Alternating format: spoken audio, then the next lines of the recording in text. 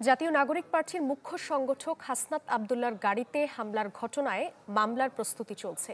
মামলা করতে গাজীপুরের বাসন থানায় গিয়েছেন এনসিপির নেতাকর্মীরা। এদিকে গতকালের হামলার ঘটনায় এ পর্যন্ত ৫৪ জনকে আটক করেছে গাজীপুর মেট্রোপলিটন পুলিশ। রোববার রাতে বিভিন্ন এলাকায় অভিযান চালিয়ে ধরা হয় তাদের।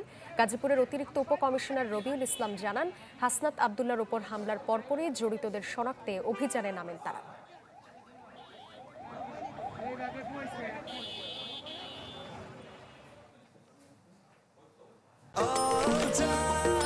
নিশ্চিন্তে খান স্বাস্থ্যকর অল টাইম পান। All time healthy life. Gazipur থেকে সবশেষ খবর জানাতে যোগ দিচ্ছেন রফিকুল ইসলাম খান। রফিক, মামলা কি হয়েছে কিনা এবং সবশেষ আর কি তথ্য আছে জানাবেন। সাদিয়া, এখন পর্যন্ত কিন্তু মামলা হয়নি। আমরা যেটি দেখেছি, সদর উপজেলা এনসিপি নেতা আলামিনের নেতৃত্বে একটি দল কিন্তু এই মুহূর্তে বাসন থানার ভেতরে অবস্থান করছে। তারা আসলে ৫ জনের একটি প্রতিনিধি দল এখন থেকে প্রায় আধা ঘন্টা আগে থানার ভেতরে প্রবেশ করেছে।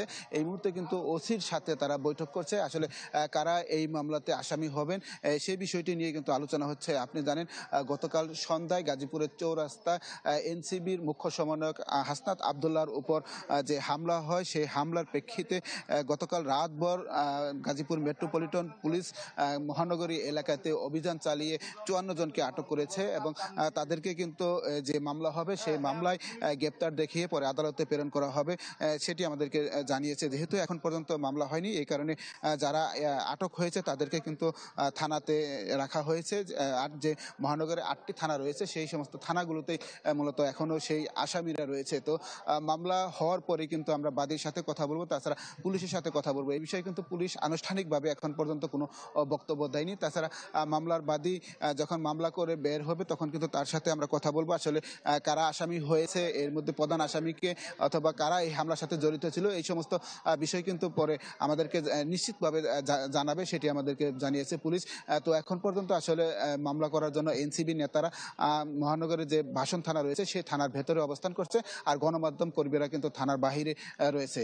এই ছিল এখান থেকে সর্বশেষ খবর। সাদিয়া। রফিক, ধন্যবাদ আপনাকে। গাজীপুর থেকে যোগ দিয়েছিলেন সহকর্মী রফিকুল ইসলাম খান।